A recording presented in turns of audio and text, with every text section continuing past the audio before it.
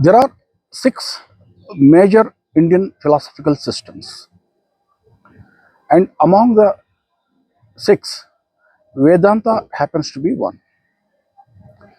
Further, the Vedanta philosophy has three branches. One is Advaita Vedanta, as propounded by the 8th century saint Shankara. Then we have Dvaitha philosophy, Dvaitha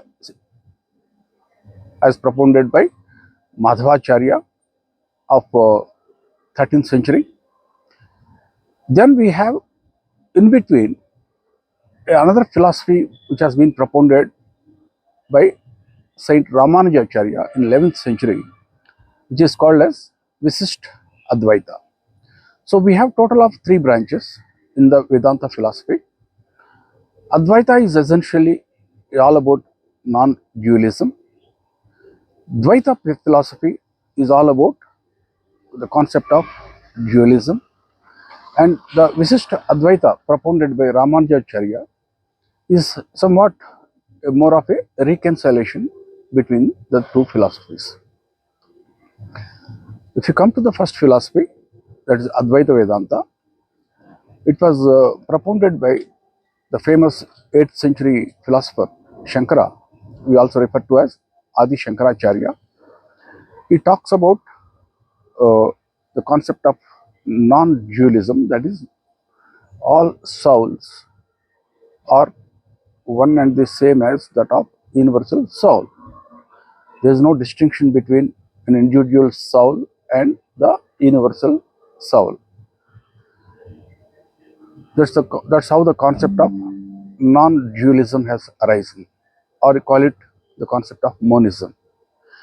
But when it comes to the concept of dualism as propounded by Madhvacharya, now here the philosophy goes on, fundamentally differs from that type of Advaita Vedanta, wherein the concept of dualism is established at fundamental level. That means the individual soul can never merge with the universal soul. That means eternally the devotee and the God are separate. Now, in between these two philosophies, we have the concept of Visisht Advaita, or the so-called qualified non-dualism, proposed by the 11th century saint Ramanujacharya. Incidentally, today I am talking to you from the statue of Equality in Hyderabad.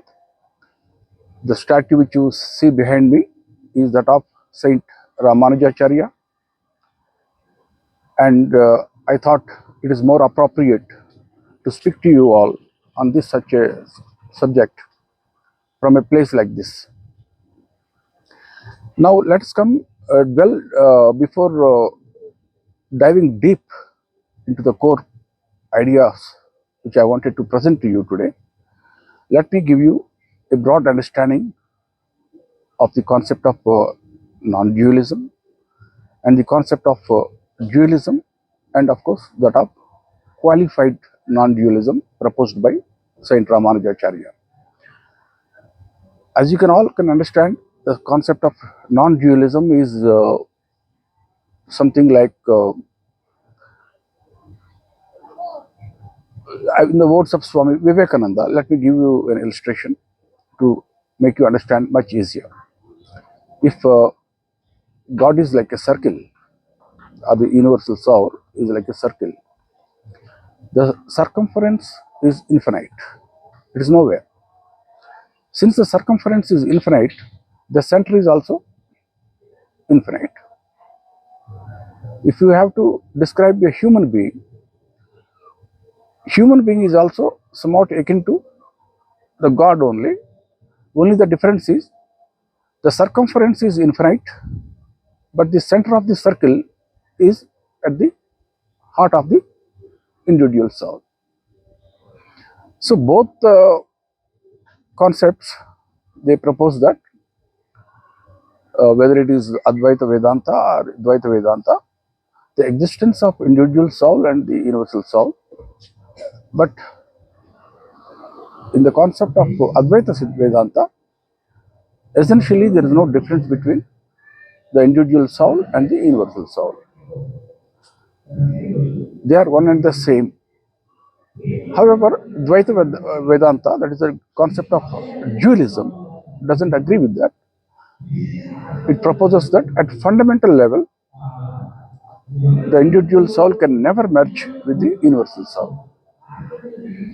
Now here comes a reconciliation between these two philosophies. And before dwelling into the concept of qualified non-dualism, let me make another disclaimer that my knowledge of teachings of Ramanujacharya are zero. However, I understand my way of thinking is more aligned with this middle path. Perhaps because of this reason, I'm more inspired by the Saint Ramanujacharya. However, as you all can understand, the topic is so vast, so complex, and whatever I'm saying today, whatever I'm trying to convey, is as I understand as on date. Who knows, my ideas may change in the future. It may get, my mind may get transformed in the times to come. But this is what I try to understand as of now. Now, let me dive a little deep and understand what is its relevance for the yoga practitioners. From theoretical point of view, Advaita Vedanta is right. There can't be two infinite beings. The infinite being, the omnipresent everywhere, the God has to be only one. The universal soul got to be only one entity. There is no contradiction there from a theoretical point of view. But when it comes to the point of dualism, there is a problem here. As you all are aware, individual souls, or Atma we call it, have been trapped in the cosmic illusion, or we call it Maya, for millions and millions of years. And from this point, when it comes to the practical point, now when these individual souls are going to finally merge with the universal soul, let's say that an individual has started practicing yoga, finally he has managed to burn down his karma, and he has managed to end this cycle of birth and death. So he is now freed. He is now freed from the cycle of birth and death. But what about this universal, this merger with the universal soul? Now here is the question to be pondered about. After an individual soul has quit the body, no one has ever come back to tell the story as to what has happened to them. Although we have great some few incarnations, divine incarnations, and I don't like to make any comment on them, because from technical point of view, purely, the divine incarnations like Lord Ram or Lord Krishna, they couldn't have taken birth on the planet, or they couldn't have incarnated in a human form. But how it happened, it's very mysterious. Hence, I'd like to not to comment, make any comment on their existence as avatars or the divine incarnations. Now, coming purely from yoga point of view, a soul can dwell in the human body of flesh and blood only as long as the fuel of karma exists. Once the fuel of karma is exhausted, it just simply not possible for the soul to stay within the confines of the flesh and blood. Then what happens? Now the Sanskrit texts have been saying that there is a very thin layer of Maya or the illusion which still exists around them in the form of absolute bliss, or they call it the sheath of bliss, or Anandamaya Kosha in Sanskrit. Now the soul, when it is enveloped by this thin layer of bliss, it is supposed to be in a state of casual form or a casual body, or call it seed body. In Sanskrit they refer to as Karana Sharira. That means it has the potential to be thrown back into the eternal cycle of birth and death by the God anytime. But for time being, it has managed to escape this cycle, and it's now in a casual form. And from here onwards, the final phase of yoga practice is supposed to start.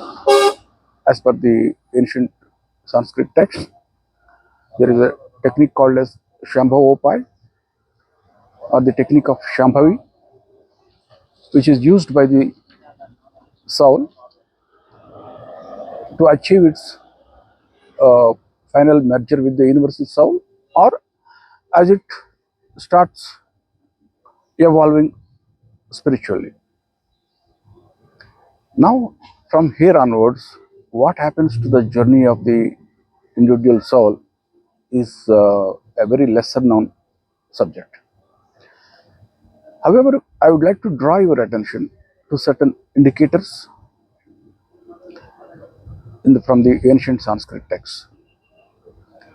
For example, we have been hearing of great sages who lived for thousands and thousands and thousands of years, who lived in various yugas.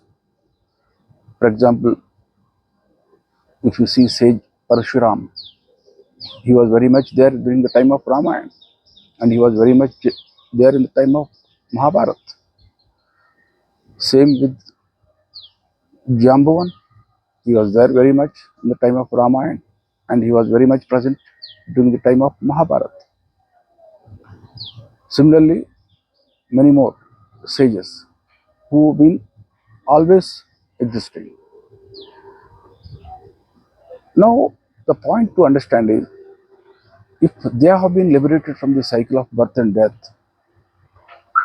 what have been they doing? Now, here is the most important thing and crucial thing to understand. As we know that the final phase of their spiritual evolution begins after they have managed to quit the cycle of birth and death. Now, that may be taking them millions and millions of years again. Yes, from the earthly point of view, it is millions and millions and millions of years for us. But when they are in a state of casual form, they don't have the idea of space and time. So for them, it must be quite easy to continue their existence. Then what happens thereafter? Now we have indicators that they may take up celestial form as planets or stars, etc. We have examples of how the northern pole star Dhruv has become immortal. And there is another example from Mahabharata I can quote. When Arjuna was being taken to heaven in the chariot of Indra for procuring the divine missiles, Arjuna points out to the charioteer Matali and asks him a question. He points at brilliant, radiant balls of fire which are in the distance in the space, and he inquires as to what they are. To this, Matali replies, saying that they are great sages, but however, they must be appearing to you on the earth like stars. So see, now this has a profound implication now. That means all the stars which we see in the sky may not be a part of, or may not be an independent or individual world systems with planets around them. See, from this point of view, our star, that is Sun, with the planetary system around it, now should we consider it as a world system? When we consider it as a world system, we are now referring to one Brahmand. Brahmand is essentially the body of God in the form of creator, Lord Brahma, or call it Brahmand as the egg of Brahma, in the shape of an egg. There is one world system which is the body of the Lord Brahma, whom we consider as God as in the form of creator, and a human being, of course, as we all are aware, is Pindanda, that microcosm, a miniature version of the world system. If this be the case, should we understand that our solar system is the Brahmand? Because it has to match with the ancient Sanskrit texts also here. Because ancient Sanskrit texts, they say that there are 14 planes of existence in a Brahman, with Lord Brahma sitting on the uppermost plane of existence, with our earth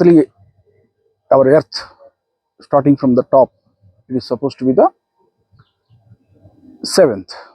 Starting from top, it is supposed to be the seventh. Somewhere in the middle is the earthly plane of existence, or we call it Bhuloka, where humans dwell.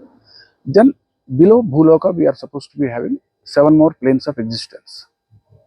So therefore, all the 14 planes of existence have got to be part of this Brahman. When we say that there is a solar system, is a Brahman. Then we have other things, like for example, all ancient texts have been harping about the various planetary gods. Planet Saturn, planet Jupiter is supposed to be the guru for the gods. So therefore, when we say that our solar system is Brahman, and when we have a look at all these planets, and then we have the gods of various elements, like the wind god, you see, wind god, and the son of wind god Hanumanji is supposed to be the future creator, or the fire god. So when we take these various individual 5 elements and their representative gods, so the entire thing is existing within the confines of a solar system. So therefore, should we assume that our solar system is Brahman, with a human being the Pindand,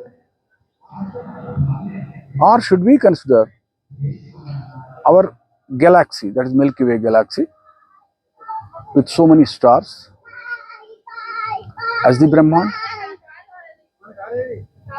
Then it is not actually matching properly. And mind you, again, in a world system, there are supposed to be various sages who have assumed the form of various stars, like we have the Saptarishis in the constellation of Great Bear. All the 7 sages are supposed to be basically in a radiant form there. And we have the northern polar star, supposed to be the sage Dhruv, and similarly various other great sages who have assumed the form of stars. And we all know that in our solar system, we have only one star. So when we take a world system into consideration, or a Brahman into consideration, we got to be having all these various sages who are in the form of radiant beings, and we also got to have a planetary system with vibrant human life, or the vibrant earthly life, then we can say that it is all one Brahman. So what I understand, and going by the indicators which we have in the various Sanskrit texts, is that if we consider our solar system along with the other various stars around it as one Brahman, it's fitting the bill. Further, now what about the people may ask, what about the galaxy, our Milky Way galaxy? Maybe we can compare it with Jagannath, the Lord of world systems. That's why he's called Jagannath, Lord Vishnu. What if we assume that, as if every student, every one of you are aware in modern times, that there are at least 400 billion stars within our Milky Way galaxy alone. Even if you assume that a few stars along with one particular sun is a world system, that means we have so many world systems within our galaxy alone. And we also keep hearing about the Lord Padmanabha, or Lord Vishnu in the form of Padmanabha, from whose navel new world systems continuously keep arising and keep disintegrating into. Or should we consider the massive black hole at the center of our Milky Way galaxy as the navel of Lord Vishnu? Yes, if we try to, for a while, if you try to compare it, it is actually matching. It's perfectly matching the bill.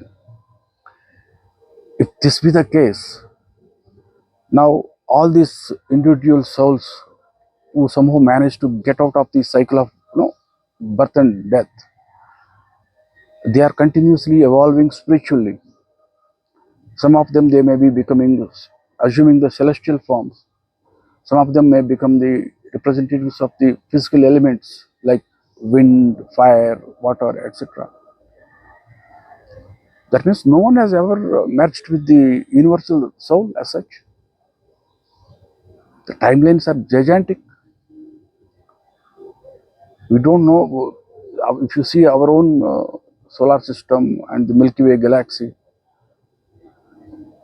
the timelines are billions of years. Continuously, even as we speak, new star systems are being born, old star systems are being dying down. It is something like on a dark night when you look at a flock of fireflies, how the fireflies, they keep shining and they keep getting switched off. Maybe we will see a similar kind of a situation. Now, here is the concept of the dualism, the validity of Dvaitha Vedanta sets in. That means, while it is maybe theoretically possible to achieve that final merger with the universal soul, as propounded by the Saint Shankara in Advaita Vedanta, but for all practical purposes, the dualism or the Dvaita Vedanta is very much valid, because the timelines are gigantic, billions and billions and billions of years. So does it make any sense that no, there is Advaita Vedanta, theoretically it should be, there is nothing known as dualism? Because the timelines involved are so vast, it doesn't make any sense actually, because even the various great sages who assumed the form of stars, celestial bodies, or even for that matter, the bodies of galaxies like Lord Vishnu, now they themselves have not merged with the universal soul. What to speak of ordinary human beings like me? There is no final merger with the universal soul for any one of them. The timelines are too vast. From this point, let me also give you the small story from Devi Bhagavatam, one of the ancient Sanskrit texts. Long ago, all the Trinity, that is Lord Brahma, Lord Vishnu, and Lord Shiva, they happened to visit the supreme cosmic power, Parashakti, on an islet. She is supposed to be dwelling in an islet called the Islet of Gems or Mani Dweep. And where is it located? It is supposed to be, it is described as located at a place after countless, I repeat, after countless world systems and far away from all of them, on an islet of gems, she is supposed to be residing. So all these three gentlemen, Lord Shiva, Lord Brahma, and Lord Vishnu, they pay a visit to her. Because when we talk about the supreme cosmic power, or the when we from the point of energy worshippers, we now consider the supreme cosmic power in female form. So when they will go to the islet of gems, she takes them in a fast-moving craft to show them the universe around or the cosmos around. And to their surprise, to whichever part of the cosmos they go, they see a similar set of trinity, triplets, the same type, similar looking Lord Vishnu, Lord Brahma, and Lord Shiva present everywhere. That means the entire cosmos is now been distributed between a set of triplets. Wherever they go, they find the same concept. Now, in such a scenario, where is the final merger with the universal soul? When it will happen? Will it ever happen? Or eternally they exist? As we all understand, for Lord Vishnu, the time it takes to wink itself is only a supposition, it is not a practical idea. So, from this point of view, Dvaitha Vedanta is perfectly correct. But from theoretical point of view, Advaita Vedanta is also correct. So, therefore, what's the point in debating between these two extremes? Perhaps the great saint of the 13th century, sorry, 11th century, was hinting at this. Long ago, my Guruji has narrated a beautiful story about Saint Ramanuja.